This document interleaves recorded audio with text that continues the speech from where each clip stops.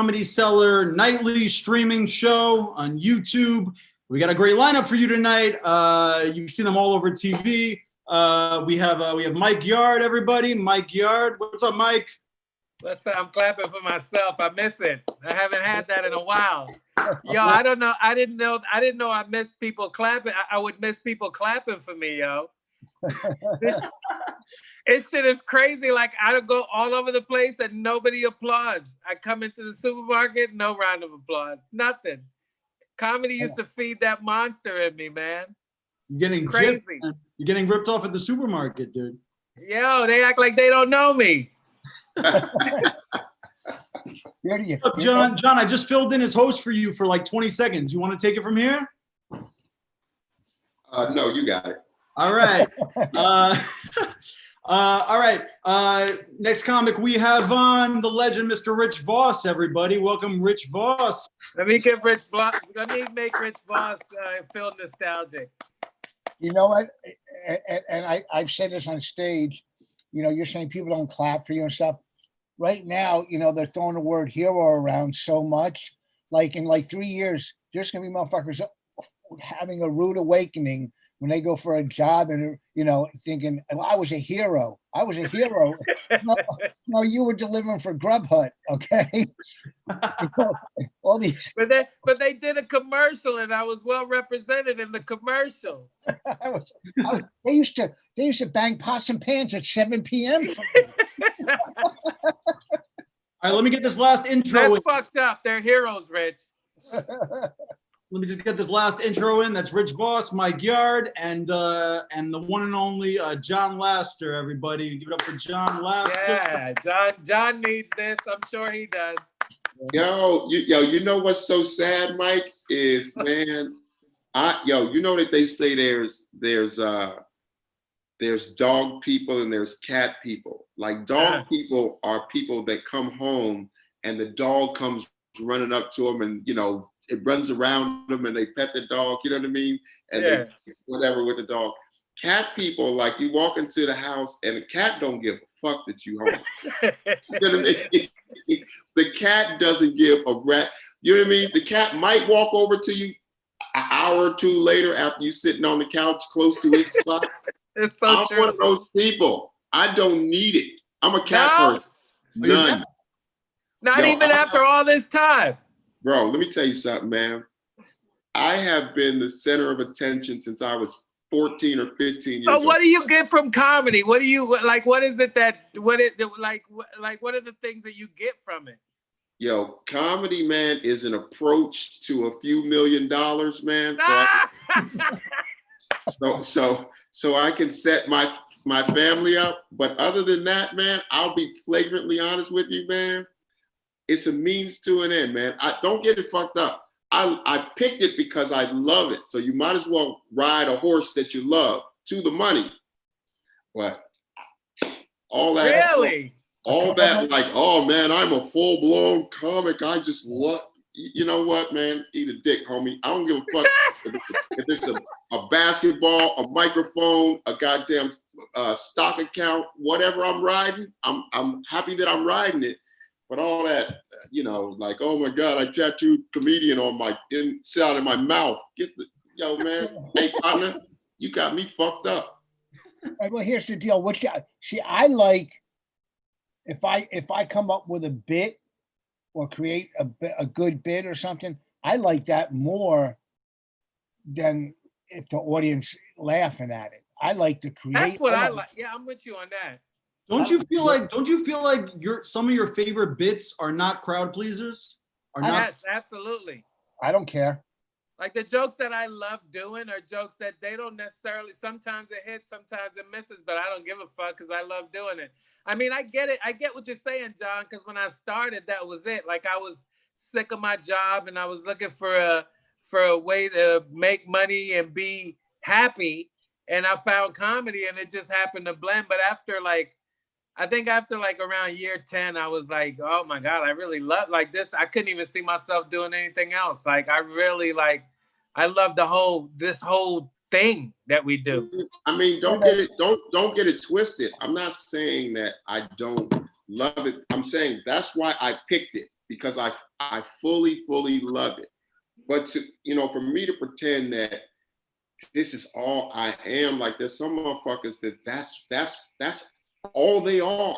I'm a lot of other fucking things. I'm a talented motherfucker. Like without comedy for a few months, motherfucker, I fucking wrote a screenplay. I wrote a pilot. I'm starting an app.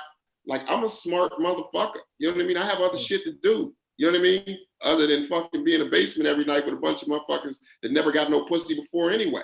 Are you talking about the comics? You're talking about the comics or the crowd, John? I'm talking about all of the above. Yeah, but, you know, the whole lifestyle. Look, comedy, one, you're not going to have as much fun hanging around with 8 employees from Apple as you do sitting at the table with 8 comics. It's fucking fun hanging out because comics are creative, they're smart, they're on top of what's happening in this world. And you're going to have different opinions and good debates. So the whole air, you know, hanging out, I've been to places I never would have been in my life. Never. Absolutely, man. Dude, I performed on the fucking border of North and South Korea, dog. Yeah. So it's like, I mean, I can't be mad at this. And I get what you're saying, John. You know, but you like a hustler. You've always been a hustler like that. You know what I mean? And I'm a hustler. Yeah, you've always been a hustler like that. So, but I mean, as far as just like, I'm not talking about what comedy gives to you as far as financially or whatever. I'm talking about like when you're on stage, what is it that you seek?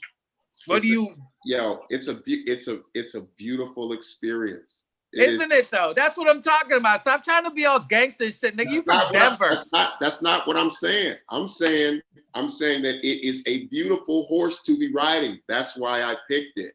Yeah. You know what I'm saying? But I'm not one of those people that if you yank comedy, I'm gonna go into a hole. There's a lot of comedians. If you pull comedy from them, these motherfuckers will go back to the not funny, not interesting people that they are. You know, the ones that profess to be that though are the ones that are really not that good at, you know, at what we do. You know what I mean? Yeah. Because in order for you to, I believe in order for you to be really good at this, you have to be more than just a comedian.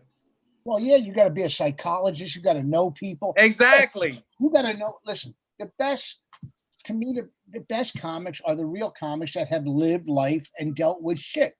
You know, me, I've been through divorce. I grew up in you know, urban neighborhoods. I was a drug addict. I'm in recovery. I got a lot. You can say black, Rich. No, because it wasn't. It was a lot of light skin. So, so you know what I'm saying. And you look at I know your history. Your fucking history. You got shit to talk about. You know. Yeah. The white kid. I don't know a lot about him, but I got a schizophrenic dad, parent divorce. Yeah. Do you really? Commitment issues, yeah. The whole. You have a schizophrenic dad. Let's not just skip over that. And he's dead. A dead schizophrenic dad. So shit! I was hoping he was alive so we could really like make fun of him. Me too. You can still make fun of him. Every personality died, or just. Oh God. Oh shit! He said every personality died. Frank died, but Paul is still here. Mike, you were like, man, I wish he was alive so you could make fun of him. I'm like, Rich is about to make fun of him right now, even though he's I'm gonna feel bad though. I don't want to feel bad. That's cool, man. It's enough shit going around. I don't want to feel bad about making fun of the dead schizophrenic dad. But yo, man, you know people since this thing has started, man. You know, like I see people on their social media, like, oh my God, I miss stage so much, I'm going crazy, you know. And I saw a bunch of people like heading down this line, like, you know, if you don't miss comedy, it's the best thing in the world. Like, basically, if you're not going crazy, you're not a real comic. And I'm come on, you know. Yeah, that's how you know. Maybe you're a real artist. Maybe you're just using your creative juices in other ways, except for that one medium. I'm a real hustler. So, you know what I'm saying? Like, this is a wonderful fucking hustle, man. But I mean, you act like, you know, like I said, there are people that if comedy were to somehow fucking end, they're not hustlers. They would be done. They'd be toast. I'm not going to be toast. I can find love somewhere else. I can put that passion somewhere else. Would it be as good as comedy to me right now? Probably not. I was shocked when I took a year of acting, how much I fell in love with acting. Like I was madly in love in those classes, being in every single moment, that training that we were doing. You know what I mean? I never thought that I would feel like I did outside of comedy, but I know that I'm capable of that. I'm capable of finding something else that I'm like, this is awesome. There was a time, man, when I was younger, I was gonna do porno. Straight up. Straight up. Who wouldn't like to fuck all day? You know what? They was like, yo, you know what's crazy? You know who talking wait, time out. You can't just say there was a time when you was gonna do porno and not explain what led up to that fucking time. I'll tell you what led up to it. So I was seeing this, I had met this girl. Mike, you know I only talked to strippers at one point in time, right? No, I know that, yeah. So you know I know I probably told the world before that you are one of the most amazing motherfuckers, because I used to hang out with you and you don't give a fuck about how you dress. You don't wear jewelry. You don't give a fuck about, only thing you do is you keep a haircut. That's it. You don't give a fuck about none of that other shit. And you get the baddest bitch. And I'd be like, oh, I used to hate on you so bad. Like, do y'all see his shoes though? What are y'all strippers doing? Look at me over here. I got brand new fucking Air Force Ones, and you fucking with the nigga that had them shoes for 7 years. Yo, you know one of the best disses, man. And then I'm gonna tell you what led up to the porno. One of the best disses, man, is I had on these shoes one time, right? And Mike is right about my dressing. And a comedian who died, God bless him, Dogface. We were snapping on each other. And I remember one of the best snaps he ever said. He said, John, you get all the pussy, man. But he said, them boots are so tight, you could put them on either foot.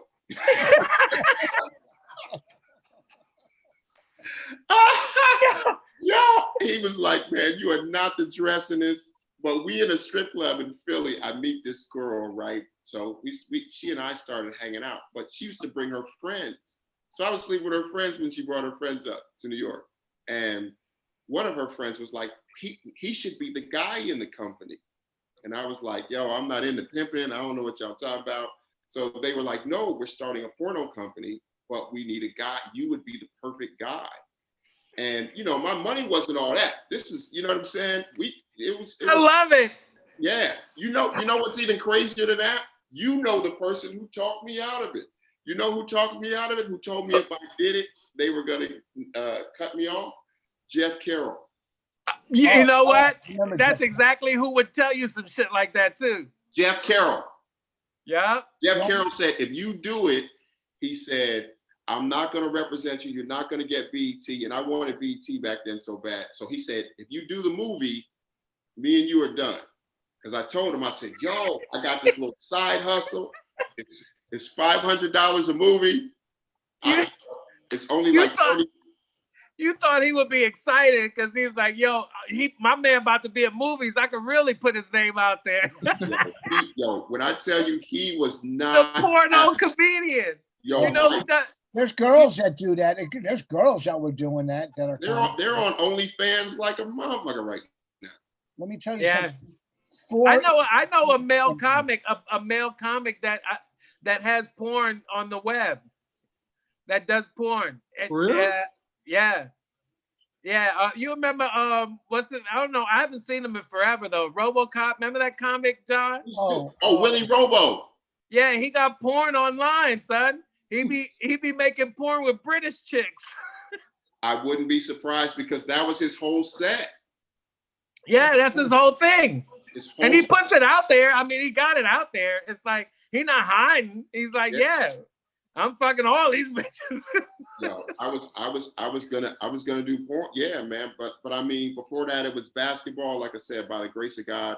I mean, now, you know, comedy. But like I said, I was shocked that I enjoyed acting during that time as much as I enjoyed comedy because I was leaving class, coming to the Cellar, but I was fully in love with acting, man. I mean, I'm shocked that I could like something else, but I'm not one of those people who is delusional, like, oh, without comedy, I'm gonna sit in my room all day and start playing PlayStation. That ain't me, partner. Yeah, but you think acting's as hard as comedy? It ain't as hard as comedy. Because you know what? I wouldn't use the word hard, Rich. It's very, very different, but I'm saying that it was pretty fulfilling, man. Yeah, no, I get it, but listen, whenever I do, and first of all, animals and kids can act. They can't do comedy. Okay. You can't get a kid on stage and do, and you know, and you look at some of these actors, I mean, it's fun. Anything I've ever done when it comes to acting is fun, especially when they let you be yourself and ad lib and do whatever. It's fun. But comedy, you have nothing else to fall back on. And it's you. It's you. And that's what, see, my whole life, and this sounds, it's always been me. I always looked out for me from day one. From jump. My parents. You sound like Donald Trump right now. No, I'm not. I looked at Donald Trump. He had people looking out for him. He had people giving. Absolutely. He's just the opposite. Okay. But he still only looks out for him, though. And he's always been like that. No, I look out for my family, but I was still, against, what it is to be against all odds in life. Yeah, no doubt. So, you know what I mean? So when you get up there and you do what you do, look, I know what John's saying. If I don't do comedy again, fuck it. I'll sell something. I'll sell cars. I don't give a fuck. I'm going to find something. I'll always make money, But I just think comedy is more fulfilling than anything right now. That's all. Yeah. It's funny how quarantine's kind of made us realize, like, you kind of have to do other stuff. Like, you can't just, because I like the old system. I fell in love with the old system. I'm like, you work your way up at the clubs, you do late out, but it's just the old system's not there anymore. Yeah, but also too, comics, they think I don't know. Who the fuck knows? And I just don't fucking know. I did a show last week and I fucking smashed this lady and I felt bad after. I felt bad. And my daughter was with my 13-year-old and she was like, fuck that bitch. She was talking.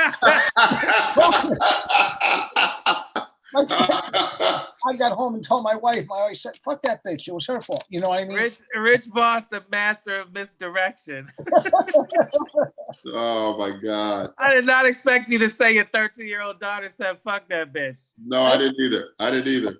See, that's what I miss about comedy. I miss sitting down because, I host. John, we host a lot, right?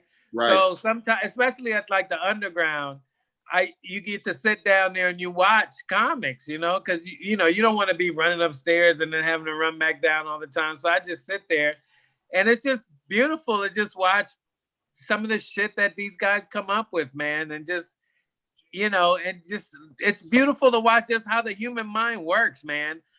That's my thing that my kind of like my quirk or whatever. I just love how the human mind works and the shit we could come up with, man. The human brain is amazing, yo. We build bridges and shit. We figure out how to talk about regular shit and make people we don't know laugh about it. That's crazy to me. Dude, I was at the Cellar maybe 10 months or so before this happened. I host. I watch every comic. I stand down there and I'm like, because I'm like, these are all guys, all you guys were guys I was watching like when I was, first starting. So I'm like, I'm watching these lineups. I was gonna say when he was in junior high. That was a nice way of telling us that we all older than you motherfucker. No, I didn't even know you worked the Cellar. But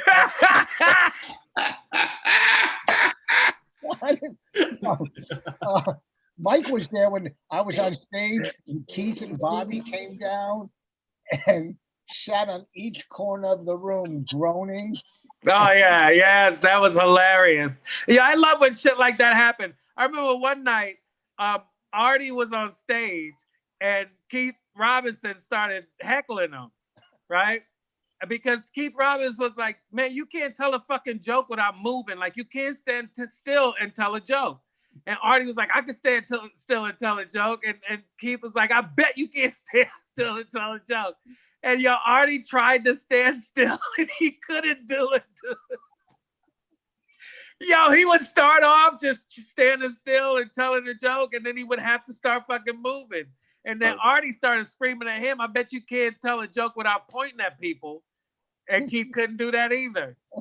That's shit you don't see. You don't see that on TV. That shit is just shit that just happens, Some fun shit, man. we used to stand outside after we did shows at wherever, mainly the Boston Comedy Club, me, Keith, Patrice, and Norton. And we would stand out to 3 and 4 in the morning, just trashing each other and fucking around and talking. The most fun and best part of my life, you know, besides my wife and kids, you know what I mean? Just hanging out. I know you don't like them. I get it. You know what I mean? I got 2 older daughters. So, you know what I'm saying? Just sometimes you can look back on some of the shit and just the memories, you know, being in Holland and like me and Jon Laster on John's first road trip. Oh, yes. What was that? What was that? Yeah. I'm the first person to take Jon Laster on the road, yo. Ever. Virginia Beach. Ever. Right? It was Virginia Beach, right? Yo, with Oscar. Yes, Oscar was at this promoter, this was the stinkiest motherfucker. Oh my God, he smelled like he was running for 6 days straight. That's how funky he was. And this motherfucker had a packed room. Well, was it packed that night? I don't remember. But he had a nice spot in Virginia Beach that he used to bring folks down, and I brought John down because I saw him at Boston Comedy Club. You know, and the motherfucker, John reminded me of David Robinson. That's the reason why I was like, look at this fucking guy. That's the only reason I like stayed and look at your set. I was like, this nigga look like David Robinson. and then he was funny, and I was like, all right. Yo, Oscar used to wear a stopwatch around his neck because he was a stickler for time. And he walks over to Mike. I'm standing right there. He acts like I'm not even there. You know what I'm saying? First of all, I'm fucking 6'4". He just ignores me, looks right at Mike, and he said, listen, we're going to start in 4 minutes. There's not one single person in the club. Not one single person. They are wiping down tables. He said, we're going to start in 4 minutes. And then he holds up his stopwatch and he said, and your opener's going to do 30. I had about 6 minutes at the time. Yo, I think I peed a little bit when he said that, bro. He said, your opener's going to do 30. And I remember turning and looking at Mike like, 30 minutes? And Mike was like, but by the grace of God, right? We were only down there 2 nights, Friday and Saturday. There's no one, there was literally no one there, and he was a stickler. So 4 minutes later, he hit the stopwatch. There's still no one in the club. The host brings me up. He starts asking me questions about the ride down to Virginia. He didn't give a fuck. He wanted his show to start on time. So thank God, I don't have no material. This is perfect. And the next night, the show starts the same way. 15 minutes into the show the following night, people start walking in with Halloween costumes on. That was crazy. So I know how to fuck with people. That's what saved me. I was like, oh, look at this bitch in the Barbie. Yes. But that's what I told you. When you said, yo, I don't got 30 minutes, I'm like, I told you, son, you're gonna figure it out. Yes. First road trip ever. Yeah. Where did you play basketball? You played high school and college basketball? Yeah, Minnesota and Colorado State. Get the fuck out. And what position? Point guard. I was a 1-2. Oh, was that what level is it? A or triple? Division 1, bro. Division 1. Yeah. Oh, big time D1. I actually hit my boys today for some. I ain't talked to them in a while, and I actually hit one of my homies from Minnesota today. We caught up. Do you know any of the pros? Did you ever play with any of them that are pros now? Yeah, absolutely. But we're old now, so the guys that I played with are leaving the NBA. Who'd you play with? I'm old. I actually hit my boy Bashan today. Bobby Jackson was there. Sixth man of the year, dude. Yeah. Wow, he was a beast, man. Dude, you know what I mean? John, that Kings team, that was one of the best teams to not win a chip. Oh, absolutely, man. But I mean, yo, did Bobby Jackson play for? No, he didn't play for Minnesota, right? Yeah. Okay, so that's the dude. I met Bobby. I met Bobby Jackson at a New Year's Eve show in Minneapolis, Minnesota, that was thrown at the Minneapolis Convention Center, and it was a pimp. He was the one that he promoted it, so it was really like a players' ball. So it was just all pimps from all over the country came to Minneapolis for that party with they hoes. They dress they hoes up. So you got dudes walking in with 3-4 hoes, and Bobby Jackson was there with his little suit on, trying to blend in with the pimps, but he ain't had no hoes with him. But that was one of the most fascinating fucking things. This is shit that I love about comedy. I got to perform at a Players Ball, dog. That's at a pimp convention in Minneapolis, Minnesota. Yes. Come on, man. Where else would you be even? Who that's not doing this would even know that some shit like that is going on if you're not a pimp or a hoe? Nobody would know that. Nobody. And I get to perform and hang out with these dudes. And the shit, there was pimps just don't give a fuck about women. They don't care. I was with my wife. She became my wife. And after the show, the pimp promoter came up to me and he was like, "How's everything going? How was the show?" He didn't see the show because he was busy counting his money. He was like, "How's the show?" And I was like, "It was good.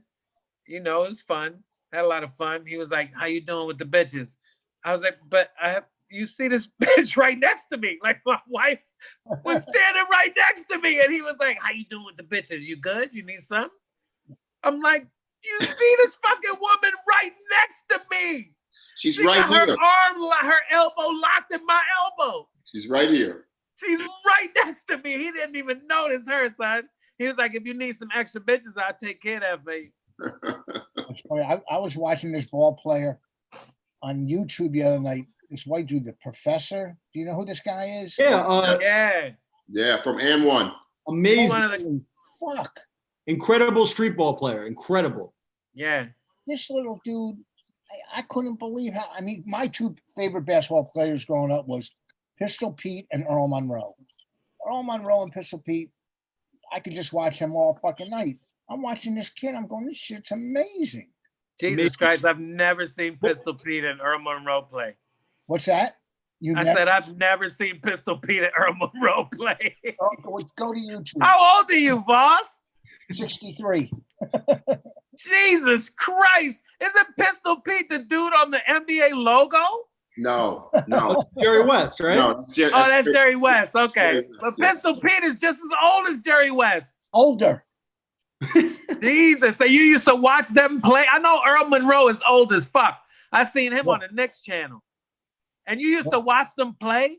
I watched Earl Monroe play when he was with the Bullets. Well, we just lost a lot of people. Why? No, but you can't lose a lot when you only have a couple. All the young people was like, "Oh, they talking old people shit. Let me switch over."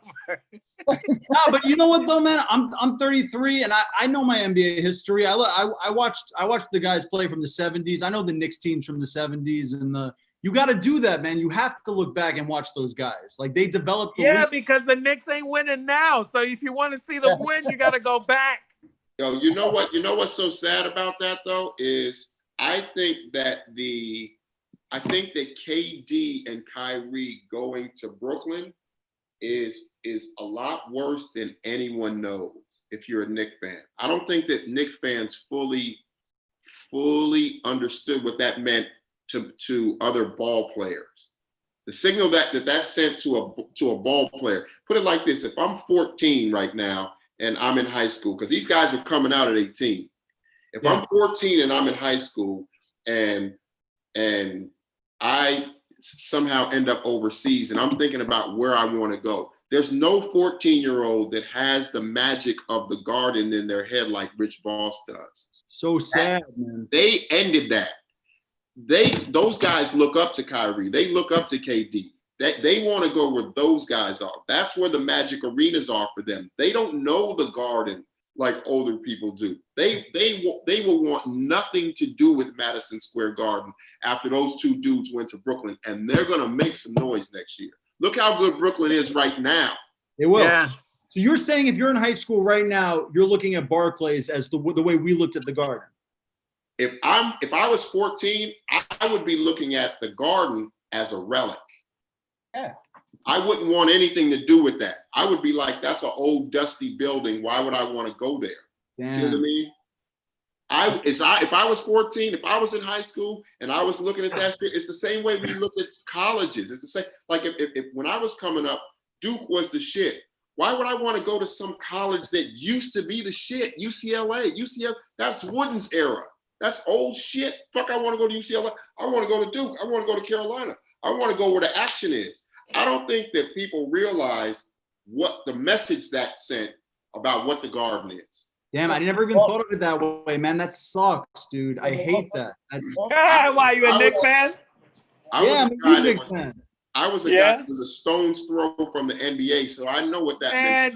John is a Knick hater. I ain't listening to that shit he talking about. No, he's right. You know what the Knicks need? You know what the Knicks need? A new fucking owner. Yeah, that's the problem. Hell yeah. These guys don't want to come because he does dumb shit like kick Charles Oakley out and get him locked up. My God. He disrespects older Knicks. Ridiculous. Can I tell you why? Mike Yard said I'm a Knicks hater? I told Mike Yard when they got Carmelo Anthony that they would not get out of the first round. But they did. They did. Right. Once. Right. Yeah, 2013. Now wait a minute. Stay with me. How many times did the Denver Nuggets get out of the first round? 0. Once. They went to the Western Conference Championship one time. Yes. And what did both of those teams have in common? Carmelo? Chauncey Billups. Oh, Chauncey. I thought you were going to say Melo. Mr. Big Listen, Shot. Melo is not, but I agree with you. Melo ain't never been that dude that's gonna take you. But you can't front on the dude he's like a scoring machine. I mean, not anymore, but here's the argument that I made back then. And now everybody's like, you know what, this dude was right 10 years ago when he tried to tell us this. I told him, Carmelo, if you think of the four of us right now, right? And each of us grab the corner of a sheet. LeBron James is like putting an industrial-sized fan underneath that sheet, right in the middle of it. The whole sheet is just gonna look like almost like a hot air balloon. That's the four of us holding the corner of a sheet. You know what Carmelo's like? Taking a bowling ball and rolling it out in the middle of it. He makes it hard on everyone who's holding a corner of the sheet. LeBron brings everybody up. Carmelo, on paper, you're looking at the team and you're like, oh, we gonna be the shit now. You know what Carmelo does to every player that's on the court with him? Makes them worse, not better. Okay, hold on. I respect that argument. I put on Instagram the other night 4-paragraph thing defending Carmelo Anthony because I feel like he's been treated a little bit unfairly. And Ricky Velez wrote, he put this on his story. Eric Neuman needs to get a grip. His cabin fever has sent him over the edge. As a New Yorker, he just wrote numerous paragraphs defending Carmelo Anthony. Go for a walk, Eric. But here's the thing. Why does Carmelo Anthony have to be compared to LeBron? Why does that expectation have to be there? Why can't he just be a good scorer? I'm gonna tell you why. Wait, hold on. But why are you quoting Ricky Velez? That's what we really want to know. Why are you just saying, what did Ray Allen write to you too? What the fuck? Yo, he said Ricky Velez. He said, why are we What the I was sitting there going, Ricky, okay, that's what everybody wants to know. What does Ricky Velez have to say on the issue? No, but he's a New Yorker. He's a true New Yorker. Yeah. Listen, I'm a New York fan, and I liked Carmelo when he was in Denver. But I liked Carmelo because I liked that he, the way he played the game. For me, I feel like I hear that argument all the time, like he doesn't make people better. But I'm like, if you're a professional basketball player, you really need somebody else to make you better. Like you're getting paid, and if you get better, you make more money. So why is that not enough motivation? I don't mind that argument. The only argument that I was making is, unfortunately, people who were Knicks fans, also people who were Nuggets fans, and they called me a hater in Denver when I said it about him. Unfortunately, people think that this dude was a franchise player. And I kept telling people, you cannot ride him to the chip. Either he has to be your second best player, or you have to have an unbelievable point guard on that team that's keeping everybody else hot the whole ride. Yeah. So if J Kidd's paired up with Melo, they win championships. But that's when they went to didn't they go to the second round when Jason Kidd was there? Yeah, but he was 40 at that point. Yeah, and he was shooting. He did a John Starks impression. Yo, he was where he could make a fucking shot. Mike, he was smoking cigarettes at halftime. I know that motherfucker. Nigga was sitting there with a robe on and a cigarette. Yo, that was a good hat. I was like, what the fuck is going on? That was their one chance, 2013. They got past the first round, past Boston, and they lost to Indiana. And that was Mike. I like how this turned into a Knicks podcast. Here's the thing, too, and jumping to a different topic. When John was talking about young kids wouldn't play the Garden, it's because young kids don't give a fuck about history. You look at new comics. They don't know shit about, some of them never even seen Pryor. Never even seen them. Wouldn't know who the fuck Bill Hicks is. So you get this whole generation of self-centered, me. They don't give a fuck about, just like, you know, like I said, new comics, they don't know the history. They don't know somebody like Bob Newhart or you know, or any of them. You can go. They never met D.F. Sweedler. Yeah, well, they didn't take his class. They never got to see the beauty of Kevin Meaney on stage. But you know what I'm saying? Like, you know the history. You know the dudes that came before you, the dudes that opened the doors for comics like us. Listen, but these kids nowadays are totally different, man. Look, you got your hip hop used to be like a representation of the streets, right? Hip hop used to be like, you know, they used to be the kind of echo chamber for what's happening on the streets, right? So now you have hip hop artists that snitch on people, and they're still popular hip hop artists. So the mentality out there is like, we're old people now, man. Like the shit that we believed in. It's like when I watch medieval movies and shit, and how these guys stood on honor and how they would be willing to die for it, or how they would volunteer to die for shit. People ain't doing that now unless you're a terrorist. People are not doing that now. Well, so, you know, as time goes by, we get a little, I call it the pussification. You know, we get a little bit more pussy. And now motherfuckers are just doing anything. Tekashi 6ix9ine literally snitched after claiming to be a blood and a thug and all this shit. He got caught up in all the shit he was bragging about. And then he snitched. Yes. He's done. And then he's still popular. He's done though. Well, I would say let's take it. What happened, Eric? He's done. He's not gonna. I don't even think he's gonna be alive in 3 years. Are you bugging? This dude just shot a video of him walking around New York City, talking about nobody could touch him. And you don't think somebody's gonna take him out? You don't think somebody? No. Listen, I think that I think if he was doing this shit back with Biggie and Tupac when I was a kid, when I was in my early 20s. And I was listening to hip hop and the dudes that I was listening to that I actually knew that they had real rep on the street. You know what I mean? These motherfuckers buy rep now. They buy a reputation, and then they act like they put in work to earn it. When the shit hits. Well, Mike, I'll do you one sooner. If you scroll back a little bit, yo, that I was like, yo, they about to check this motherfucker. Nothing ever happened to him. Look, have you ever met the real Rick Ross? The actual gangster dude? Yeah. No, I never met him, no. Yo, Freeway Rick Ross lives in Philly now. Oh, he does? Today. I didn't know that. And he's a comedy fan.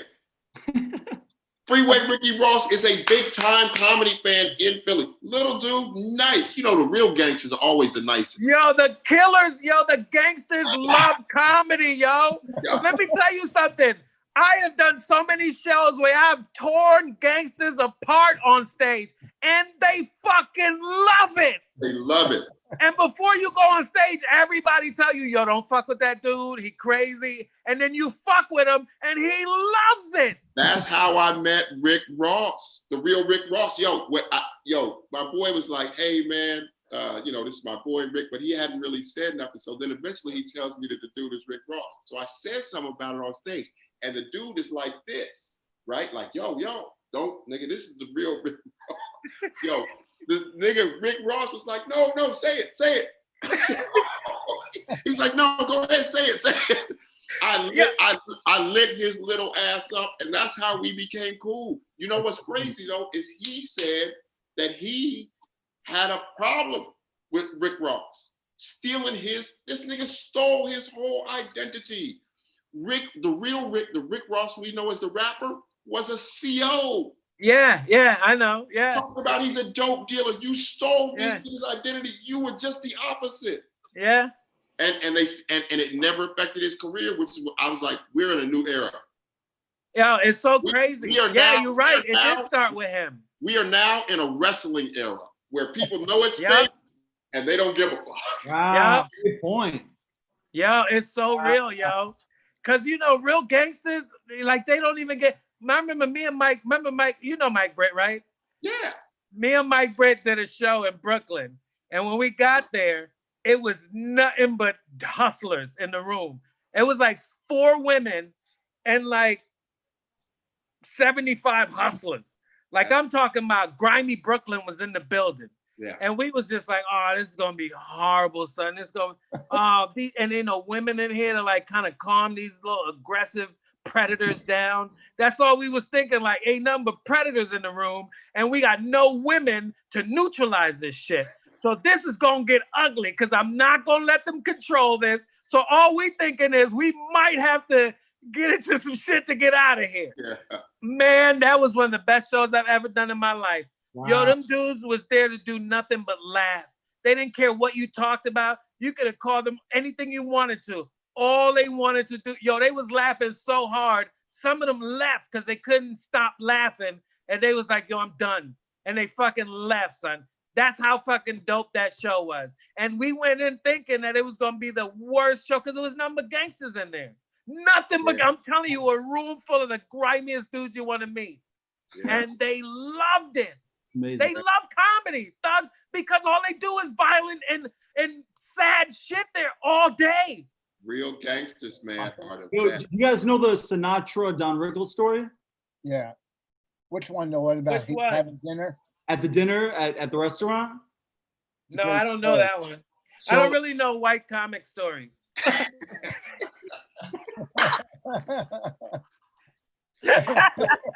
so please Sinatra, enlighten me. You know Sinatra was like a made dude, like nobody fucked with him. Yeah, I knew he was gangster affiliated, yeah. So he's sitting at a really nice Italian restaurant one night, and Don Rickles is on a date, like on a first date with this really pretty girl. So the girl gets up to use the bathroom, and while she's in the bathroom, Don Rickles goes over to Sinatra's table and he goes, "Hey Frank, nice to see you, man. How's everything?" And they were cool. They knew each other for a couple of years or whatever. He goes, "Hey man, do me a favor. I'm really trying to impress this girl. You're Frank Sinatra. When she gets back from the bathroom, could you come up and just say, hey, how are you, Don? What's going on? Introduce yourself. Like it would make me look so cool, right?" So he goes back to his table. The girl comes back from the bathroom. She sits down next to him, and Frank approaches the table and he goes, "Hey, Don." And Don goes, "Frank, I'm trying to have a private date here. What are you doing? Leave me alone." And Frank was fucking dying laughing. I'm eating it. You ever hear the fucking Joey? That's the best. The Joey Bishop story. Joey Bishop was opening up for Sinatra on Sinatra. First of all, who's Joey Bishop? He used to host the Tonight Show. He was anyhow. He was just a comic opening for Sinatra. Oh, okay. So big comeback. Sinatra's big. The place is packed. You can't get a table anywhere. So Marilyn Monroe walks in, and the whole fucking place is in an uproar. They're dragging a table, knocking tables over, and whatever to get her to sit up front, right? And it's a big fucking whole mess. It's Marilyn fucking Monroe. She finally sits down up front, and Joey Bishop looks at her and says, "I thought I told you to wait in the truck." I love it. That's hilarious. Old school company. Mike, do you still think you could beat up Mike Tyson? Huh? You still think you could fight Mike Tyson and win? Who, me? No. Yo, John, you remember that story? Story? What are you talking about? We argued about that. No, yeah. No. The argument wasn't about Mike Tyson. It was about Michael Jordan. Oh, you can't even beat Cicely Tyson. Listen, there is absolutely. I met Mike Tyson at the Palladium. He said Cicely Tyson. we just lost another 25% of our young viewership. They don't know who the fuck's Cicely. Stop it with your old man fucking references, Rich Vos. Oh, yeah. Cicely Tyson. Ain't she like on a stamp? Anyway.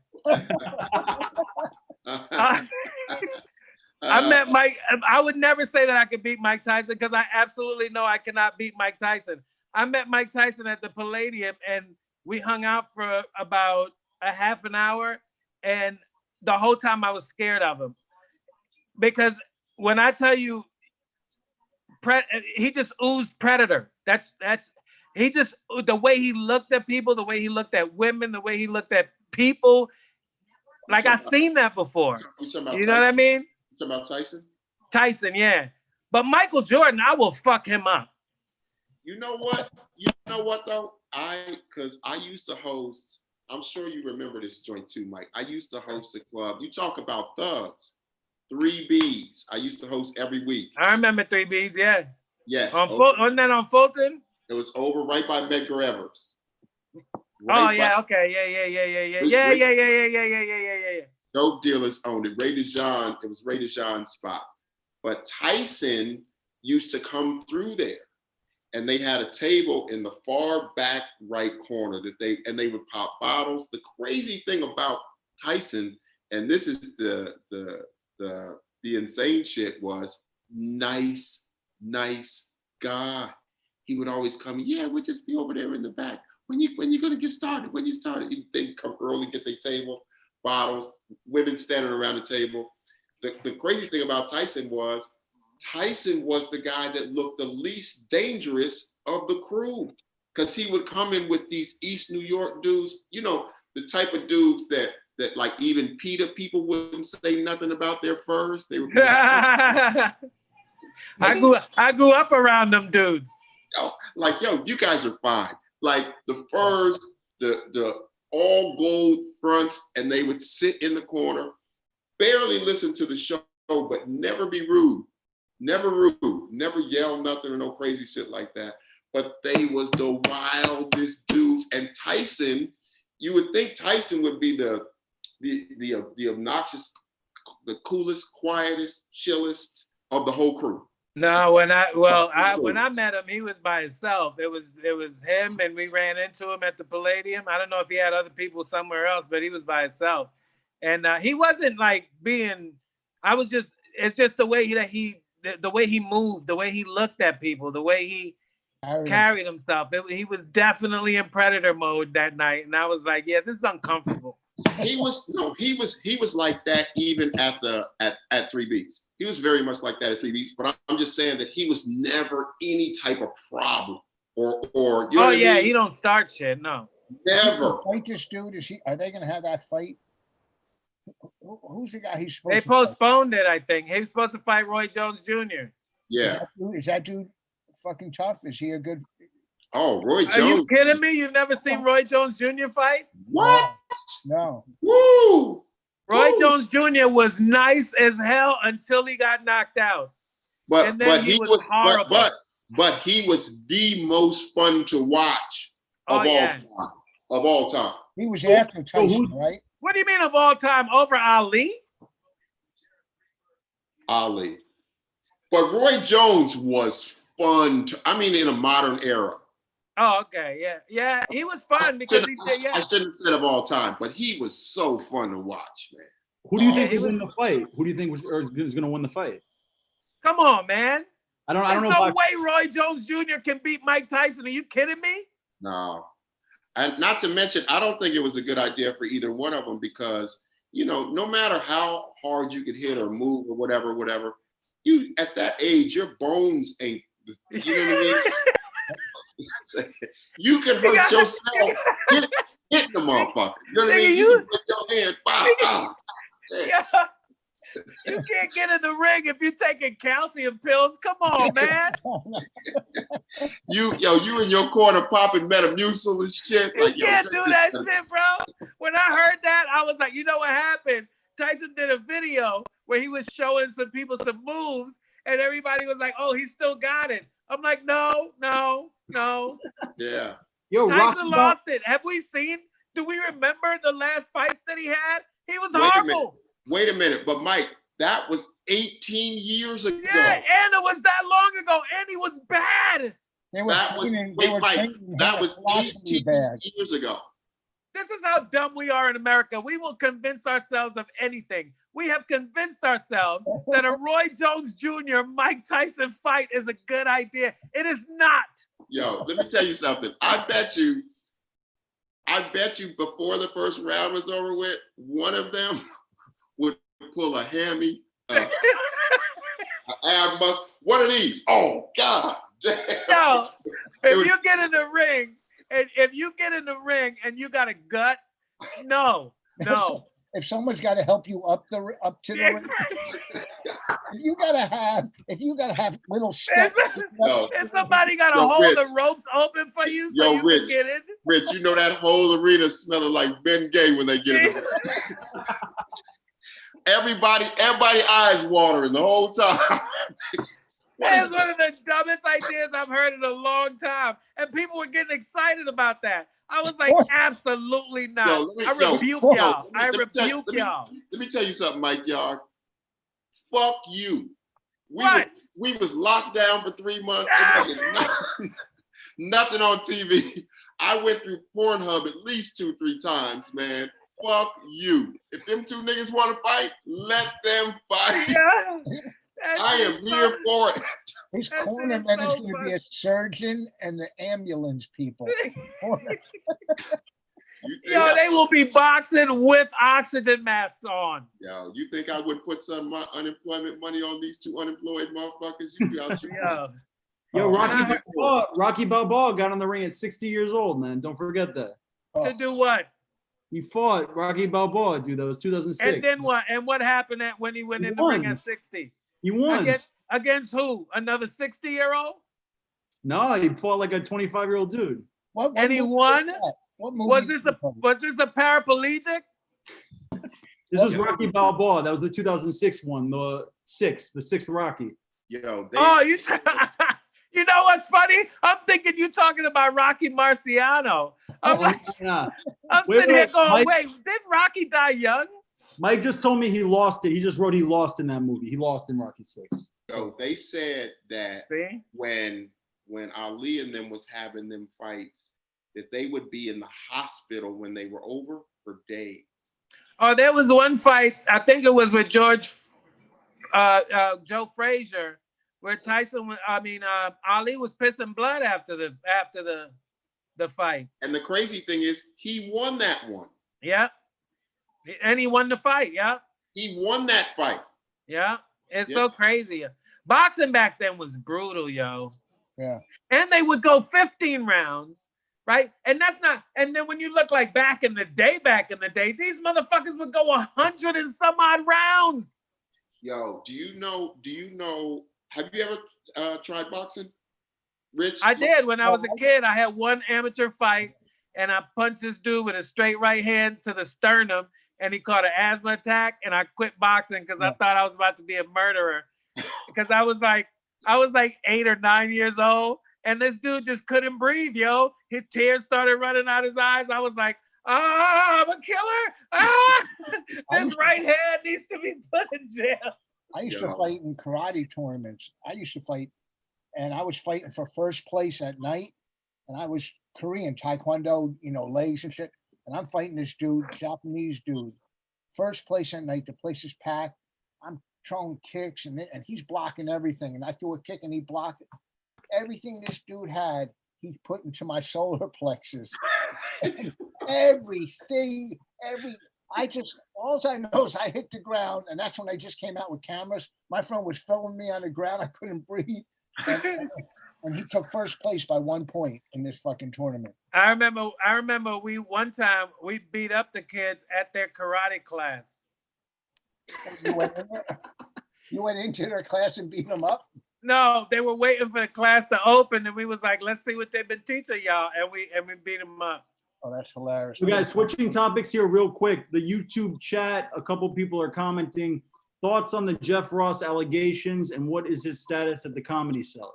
What Jeff Ross allegations? First of all, what's anybody's status at a club that ain't open? True. Okay, he's got. What happened with Jeff Ross? I'm sorry, I'm out the loop. Oh, the girl thing. Yeah. Oh, I don't know, man. You know, these things you gotta wait till you hear everything until everything hits because you can't just jump in like with the shit happened with Aziz. Everybody jumped on Aziz, and then when you saw what really happened, you were like, shit. You know what I mean? So for me, I don't know. I don't really pay attention to that type of shit. Yeah. You know? So I can't really speak on what happened with that. What they say, the girl was young or something like that? Yeah, like 60. I think they said Boston. She was at the Boston. Who knows any of these fucking stories? This is at the Boston Comedy Club? Yeah, hold on. I sent Mike a picture of me in a karate tournament. Let's see if he puts it up. But yeah, all of these guys, what's his name, was accused of a bunch of shit.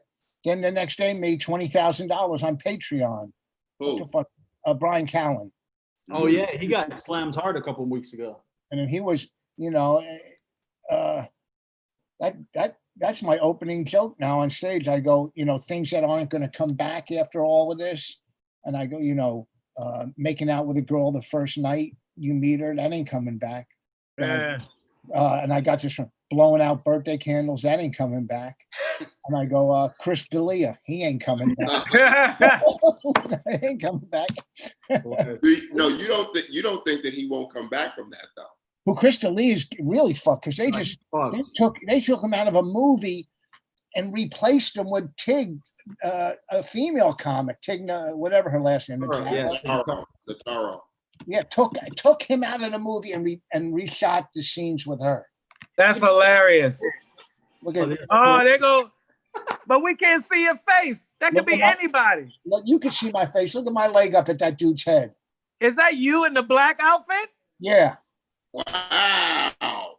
That does not look like you. That looked like, I don't know who that looked like. I had long curly hair back then. Rich, can you still kick that high? I can't even hold my hands that high.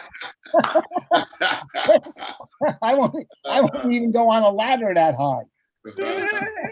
Yo, but isn't it crazy though that one person could tweet and the ball's rolling on it? Like one person could tweet and all of a sudden everybody's career is on hold for a second. If they can take down Ellen, who is a female and gay, if they could take down Ellen, they could take anybody down. Yeah, but apparently Ellen was on some real fucking crazy shit over there. Yeah, but they love it. She's still, the left will go after the left. They'll kill each other. Their political correctness. The right, they're all fucked up when it comes to politics. But the left, they don't give a fuck. They'll take you down in a second. You know what? You know what the left reminds me of? The Republican Party reminds me of Rome. They believe in themselves. I've been watching a lot of. I just watched this thing on Hulu from the History Channel called Barbarians Rising, and what it reminded. I'm watching this going. The Romans of the Republican Party, where they're not the biggest party. They don't have the biggest numbers, but when they put out a message, they coalesce around that message and they stick together. The Democrat Party is like the barbarians. They're in different tribes all over the place. And they try to come together, but then they start arguing over dumb shit and then they sell each other out. And that's why we have to deal with people like Donald Trump, because the fucking barbarians can't come together and make sure that shit like this don't happen. Well, if they can, some of the barbarians voted for Jill Stein. Yeah, that's what I'm saying. They're fucking ridiculous. If they could only come up with Biden in 4 years, that's their guy. First of all, I'm just tired of these old fucking white dudes that have not in touch with reality. You know what I mean? I would have taken that the young mayor before this fucking dude, because she's young. Huh? But that's the problem with the American system, right? Is that you have false choices, man. You only have two choices. I have either Joe Biden or Donald Trump. That's not a real choice. You're not really giving me a choice. You're telling me either or I'm fucked. Yeah, you know what we should do? We should ask the candidates what the hottest basketball venue in New York is. And if they say MSG right now, they'd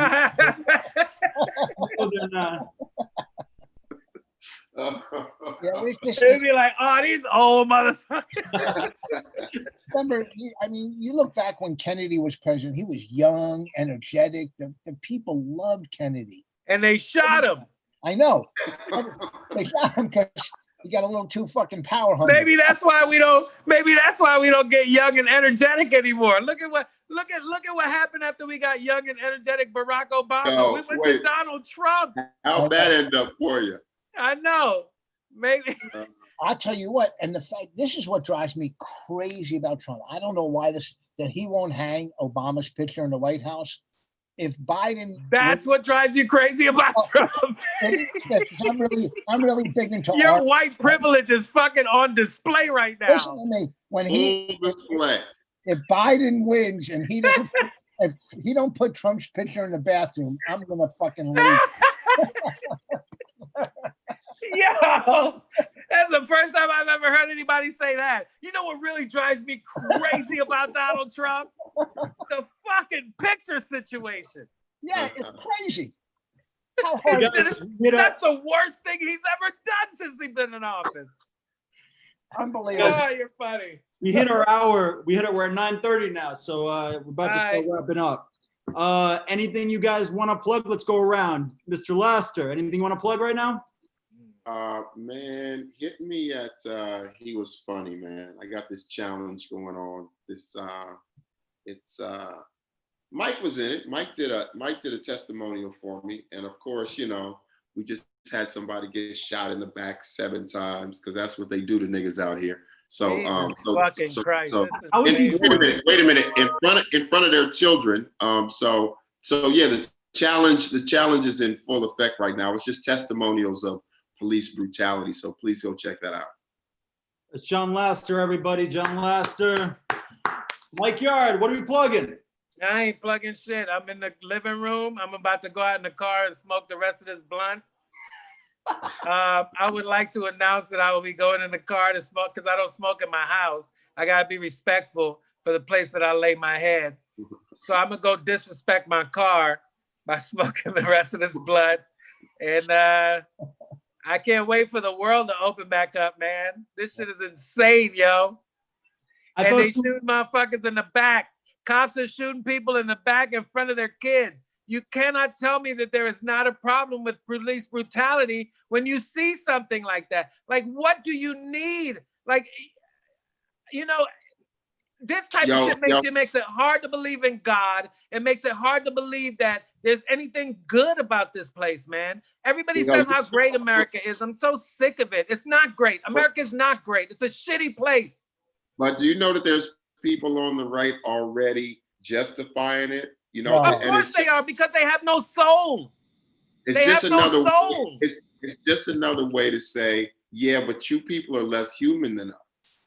Listen, I told you I was watching this barbarian uprising, the evil shit that the Romans did to people. And when it came time that they were getting their medicine, they were asking for mercy. Like, they didn't do the evil shit that they did.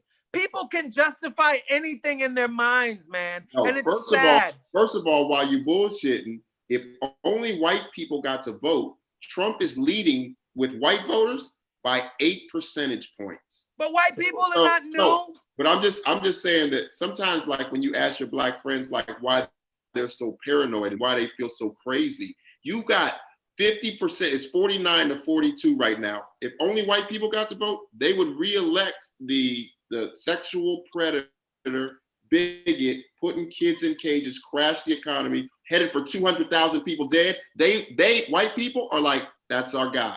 But John, that is the biggest problem in America right now, the white community. They are the people that are holding back this country from being what it's supposed to be. And they won't let go. You never have this, and you never even see this conversation, even on MSNBC. They always talk about what the black votes do and what the suburban do. No one ever says, how in the fuck could white people be saying, this is our dude right here? This is what we want to shoot. Problem. White people are the problem. You see, look, but thank God for the youth. And I hope that they keep this energy and they vote. As soon as they become 18, they become really civically minded, because they can make a change. Because look at fucking what happened with Kellyanne Conway. Did you see what happened with her? Her daughter's like going crazy. Her daughter was killing her on Twitter. Killing her on Twitter. Wait a minute. And ended her career at the White House. Absolutely. Because of that, her daughter killed her on Twitter. So young folks, keep doing what you're doing. Keep loving that hip hop and feeling like you black. I am not mad at you. You can say nigga if you want, as long as you vote correctly. I don't give a shit if you say nigga. Nigga don't bother me because I'm not a nigga. Don't say nigga. Don't say That's what I'm saying. Listen, if they vote right, they can say whatever the fuck they want. I don't care about a word. Don't do that. I'm trying to save your job. What I'm saying is sign my petition to hang the picture. I have a petition, hang the picture, and with enough signatures, okay? That's what I'm plugging is my. You just want Rich, that Barack Obama picture in the White House. Yo, Rich, I will sign your petition, brother. I will sign it. Hang the picture. Fucking I got you, Rich. Wait, Mike, you don't want to plug your upcoming fight with Jordan? Listen, man, whenever Michael Jordan know where I'm at, whenever he want to come see me, he can come see me. I guarantee you I would knock Michael Jordan the fuck out. Actually, Mike. I guarantee you that. Actually, Mike, he doesn't know where you're at. Actually, he doesn't. I'm just saying. God, in my world, Michael Jordan is ducking me. Truth of the matter is he doesn't. So you might want to put your address in that little corner right there. You know where the fuck I'm at, Michael Jordan. Come see me whenever you're ready, baby.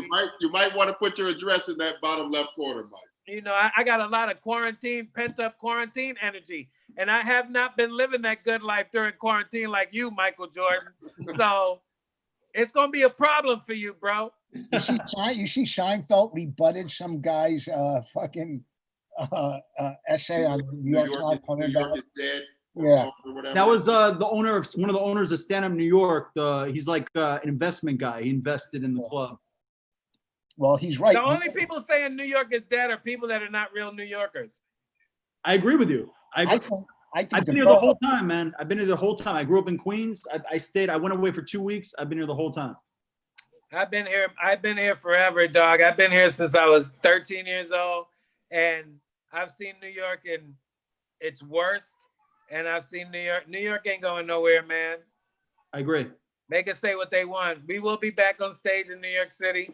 Shit, trust me, this shit is gonna work itself out. It's gonna work out. We're gonna get a vaccine. It's gonna work out. Listen, they tested something in. I just read it today. I forgot the name of the drug that's not. Wait. Time out. You read? Well, Bonnie read it to me. Okay. Listen to me with your fucking Grady beard. What I'm saying is, okay, shut the fuck up. What I'm trying to say is. Wait, I'm sorry. You act like you got a young dude beard. I didn't. Your shit is just as gray as mine, motherfucker. Good point. But I'm losing my hair in here too. But I read today it knocks the shit out in like a day. I wish I wrote down the name of this shit. I read it today that it's knocking, and then I forget what country. It could be Germany or somewhere. It's knocking. Wait, somebody has a medication that's knocking. See, when people say shit like that, you know, that kind of shit baffles me because I'm like, what is the benefit of our government not providing that if that exists when we are the richest country in the world? What's the benefit to them? So Trump don't win. Trump ain't gonna win anyway. What is the benefit? I don't know if that's real. Here's the shit right here. Not only do I not believe that, the other thing is even Against coronavirus, One America's Pearson Sharp has warned the medicine that researchers in Australia say could cure the virus in just 48 hours. The fight against coronavirus could have a powerful new weapon. It's called ivermectin. News out of Australia has revealed doctors are now successfully using the drug to treat patients. Ivermectin, they're using it in Australia. Right. Yeah, I don't know if I trust medicine in Australia. I don't know. Ivermectin, though, look it up. I mean, I read it. I listened to that on Facebook still, but ivermectin. Yo, check this out, fam. Don't be surprised if the next time I'm on here with an ivermectin shirt on. I told you motherfuckers out the gate, I'm a hustler. They probably make that shit out of snake venom or some shit, some crazy Australian fucking animal. All right. Ivermectin shirt on. Like, hey, what's up? Oh, you're gonna hear that. Hopefully they'll have me do reads for them on my podcast. Yes. Ivermectin. What's your podcast, boss? My wife hates me. Oh, yes, she does. But what's your podcast? Oh shit! I'm fire. Rich, I saw today, a couple hours ago, coincidentally, actually, a Joe Rogan clip of him praising. He's like, Rich can handle crowds better than anyone, rowdy crowd. He had a really nice clip. Oh yeah, he was fucking.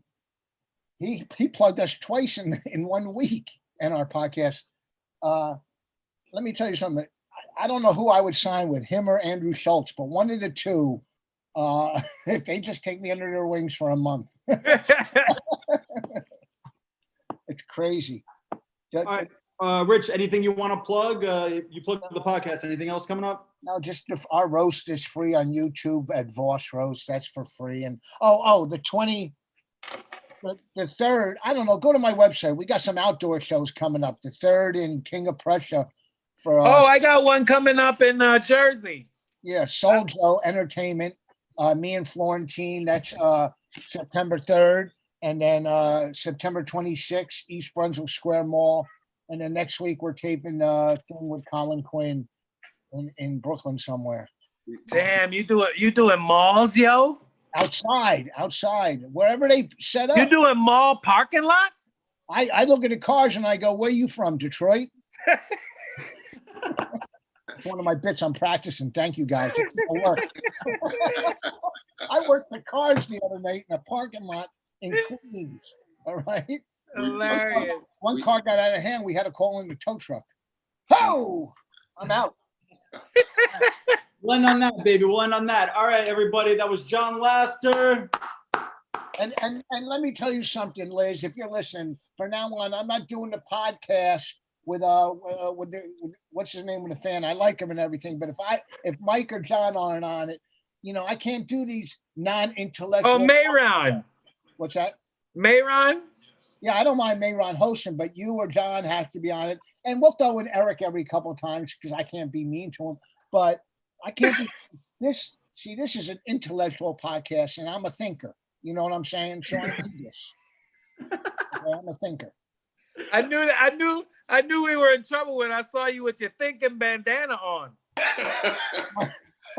I knew we was in trouble when I saw you with your sleeveless thinking shirt on. Yo, and for some strange reason, Rich Boss still thinks he's in shape. My shit is dope. I did triceps today. I don't want to stand up. I gained a few pounds, but still, my upper body. All right, man. That was a great. This was actually the most enjoyable one. The first one, I didn't get a word in. So this, you guys were. This is great, and I love talking to you guys. So we had Jon Laster, Mike Yard, Rich Vos. Check them out. They're amazing. Thanks to Mike for producing, the Liz and Esty and Noam and everybody. And thanks for tuning into the Comedy Cellar Nightly Show. We do this every night. And I'm Eric Neuman. Thanks so much, guys.